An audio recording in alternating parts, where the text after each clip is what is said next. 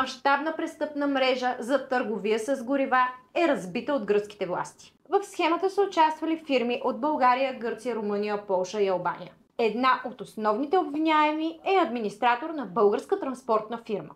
Тя е била използвана за внос на разтворители, прикриващи горива без лиценз и ДДС. Схемата е действала по два начина. Първо, смесвали са бензин с разтворители и са го продавали нелегално в Гърция. И второ, фалшив износ към Албания. Документите показват износ, а горивото остава в страната. България е била ключова транзитна точка с фалшиви митнически документи и използвани български фирми. А освен това е бил открит и софтуер, маскиран като игра пасианс, с който са манипулирали бензиностанциите. Т.е. клиентите са получавали с 25% по-малко гориво. Арестувани са 22 души до момента, а щетите са на стойност от 1,5 милиона евро. Сподели в коментарите какво мислиш за тази схема и не забравяй да последваш GPS България за още полезни видеа.